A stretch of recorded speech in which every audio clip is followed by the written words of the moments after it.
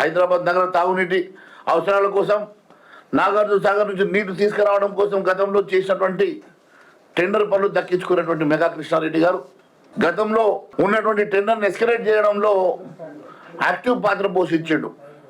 ఆ నాసిరకం పనుల వలన సుంకిసాల ప్రాజెక్టు కూలిపోవడంతో 10 రోజుల నుంచి ప్రభుత్వం దృష్టికి రాలేదా, లేకుంటే ప్రభుత్వం దృష్టికి వచ్చినా కూడా 10 రోజుల నుంచి దీన్ని గోప్యంగా ఉంచి కాంట్రాక్టర్ని కాపాడుకునేటువంటి ఆలోచనలో ఈ ప్రభుత్వం ఉన్నదా చాలా స్పష్టంగా అర్థమవుతున్నది. సుంకిసాలలో జరిగినటువంటి ఘటన ఉదయం 6 గంటలకు షిఫ్ట్ ముగిసి కార్మికులంతా కూడా షిఫ్ట్ దిగిన తర్వాత జరిగింది. ఒక అరగంట ముందు జరిగి ఉంటే వందల ప్రాణాలు ఈరోజు కోల్పోయి ఉండేవాళ్ళు. వందల మంది కార్మికులు ఈరోజు జల సమాధి అయిపోయేవారు. ఒకటే అడుగుతా ఉన్నాను, సుంకిసాల ప్రాజెక్ట్ నిర్మాణ పనులు 2021లో మెగా ఇంజనీరింగ్ సంస్థకు 1450 కోట్ల రూపాయలకు దక్కించుకుంటే ఆ కాంట్రాక్టర్ అంచనా వ్యయాన్ని పెంచుకొని 2215 కోట్లకు పెంచుకున్నాడు. అంటే దాదాపు 800 కోట్ల రూపాయల అంచనాను పెంచుకున్నాడు. దాని తర్వాత 2022 నుంచి నిర్మాణ పనులు ప్రారంభించిన తర్వాత మళ్ళీ కాంగ్రెస్ ప్రభుత్వం వచ్చి దాదాపు 4000 కోట్ల రూపాయల అంచనాను పెంచే ప్రయత్నం చేస్తున్నది. మెగా సంస్థ కాళేశ్వరంలో పెద్ద అవినీతి చేసింది, కాళేశ్వరంలో చాలా అవకతవకలు ఉన్నాయి, నేనే ముందుకు వచ్చి రుజువు చేస్తానని చెప్పినటువంటి రేవంత్ రెడ్డి గారు ఈరోజు ఎందుకు మాట రావడం లేదు, ఎందుకు దాని అంశం లోపల మాట్లాడలేకపోతా ఉంటారు? ఎందుకంటే కేవలం మొన్నటి ఎన్నికల్లో మీకు సాయం చేశారనో, రేపు జరిగేటువంటి ఎన్నికలు ఎక్కడెక్కడైతే మరి రాష్ట్రాలలో ఎన్నికలు ఉన్నాయో ఆ ఎన్నికలలో హర్యానా, జార్ఖండ్ లాంటి రాష్ట్రాల్లో జరుగుతున్నటువంటి ఎన్నికలకు కాంగ్రెస్ పార్టీకి మీరు సపోర్ట్ చేస్తారని, మెగా సంస్థ కాంగ్రెస్ పార్టీకి అండగా ఉంటుందని, మెగా సంస్థ కాంగ్రెస్ పార్టీకి మహారాష్ట్ర, హర్యానా, జార్ఖండ్ లాంటి రాష్ట్రాల్లో నిధులు ఇస్తుందని, సమకూరుస్తుందన్న ఒప్పందంతో కదా మీరు మెగా కంపెనీకి మీరు ఈ రకంగా పనులన్నీ కూడా దారదత్తం చేస్తూ ఉన్నారు. నాణ్యత లేనటువంటి పనులు, సబ్ స్టాండర్డ్ పనులతో నడుస్తూ పెద్ద పెద్ద ప్రాజెక్టులే కుంగిపోతా, కన్స్ట్రక్షన్లోనే కూలిపోతూ ఉంటే కనీసం దాని గురించి పట్టించుకోకుండా, దాని మీద చర్యలు తీసుకోకుండా, బ్లాక్ లిస్ట్ చేయకుండా, కనీసం దాని మీద సిబిఐకు, విజిలెన్స్కు రాయకుండా వెనకేసుకు వస్తూ ఉన్నారంటే ఈ రకంగానే గతంలో ప్రభుత్వాలు కాంట్రాక్టర్లు ఆలోచించుంటే ఈరోజు నాగార్జున సాగర్ ఉండేదా, శ్రీరామ్ సాగర్ ప్రాజెక్ట్ లాంటి ప్రాజెక్ట్ ఉండేటివి అని అడుగుతా ఉన్నా. 50-60 సంవత్సరాలైనా కూడా నాగార్జున సాగర్, శ్రీశైలం లాంటి ప్రాజెక్టులు ఈరోజు కూడా చెక్కు చెదరకుండా కొన్ని లక్షల ఎకరాలకు ఈరోజు కొన్ని లక్షల మంది రైతులను ఆదుకుంటున్నటువంటి మరి ఆ ప్రాజెక్టులో ఆ రోజు కొన్ని వందల కోట్ల రూపాయలు కట్టే ప్రాజెక్టులే కదా.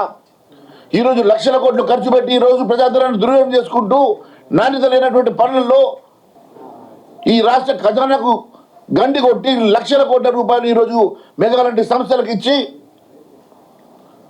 పూర్తిగా నాణ్యత లేనటువంటి పనులను మీరు ఎందుకు చేపిస్తూ ఉన్నారు?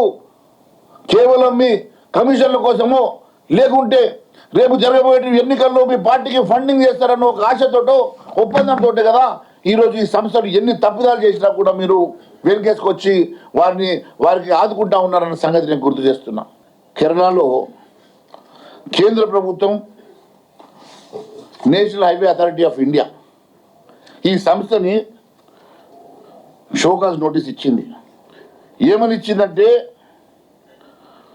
కేరళలో 6 లేనింగ్ కోసం ఈయన టెండర్ వేసి దక్కించుకున్నటువంటి పనుల్లో, as you are aware that number of reference and bad quality of works on the subject project sketch. The first incident happened at the project site was collapse of the deck slab of VUP at kilometer 72 plus 297. In this regard, the committee has constituted for carrying out investigation and found that the serious lapses from the end of the company. Design లో, work లో అన్ని రకాలుగా లోపం ఉందని చెప్పేసి ఈ copies నేను మీకు ఇస్తున్నాను. National highway authority of India కేరళలో వీళ్ళు చేసినటువంటి సబ్ స్టాండర్డ్ వర్క్కి కేంద్ర ప్రభుత్వ సంస్థ ఇచ్చినటువంటి షోకాజ్ నోటీస్ ఏంటంటే, నువ్వు డిజైన్ ల్యాబ్సెస్ చెప్పినట్టుగా పని చేయకపోవడం వల్ల, సబ్ స్టాండర్డ్ చేయడం వల్ల స్లాబులు కూలిపోయి నువ్వు చేసిన వర్క్ అంతా కూడా సబ్స్టాండర్డ్గా ఉన్నది. పూర్తిగా నువ్వు సబ్స్టాండర్డ్ వర్క్ చేస్తూ ఉన్నావు అని చెప్పేసి షోకాజ్ నోటీస్ సర్వ్ చేసింది. మరి తప్పిదం జరిగినప్పుడు కేంద్ర ప్రభుత్వ సంస్థ ఈ రకంగా షోకాజ్ నోటీస్ ఇస్తూ ఉంటే ఈ రాష్ట్ర ప్రభుత్వం ఎందుకోసం షోకాజ్ నోటీస్ ఇవ్వడానికి భయపడుతూ ఉన్నది? తప్పిదాలు జరుగుతున్నప్పుడు ఏ రకంగానైతే వర్క్ ఇవ్వడమే కాదు, వర్క్ ఎగ్జిక్యూట్ చేసినప్పుడు క్వాలిటీ వర్క్ లేనప్పుడు ఆ సంస్థ మీద చర్యలు తీసుకోవాల్సినటువంటి పూర్తి బాధ్యత ఈ ప్రభుత్వం మీద ఉన్నది కదా. మరి ఈ ప్రభుత్వం ఇప్పటి వరకు విజిలెన్స్ చేయకుండా, ఈ ప్రభుత్వం ఇప్పటి వరకు దీని మీద మరి సెంట్రల్ విజిలెన్స్కి చెప్పకుండా, కేంద్ర ప్రభుత్వానికి సిబిఐకి చెప్పకుండా, ఎంక్వైరీ చేయకుండా మళ్ళీ అదే కంపెనీకి వేల కోట్ల రూపాయల కాంట్రాక్టు దారాదత్తం చేసే వెనుక ఆంతర్యం ఏమున్నది అని చెప్పి మాత్రం అడుగుతున్నా.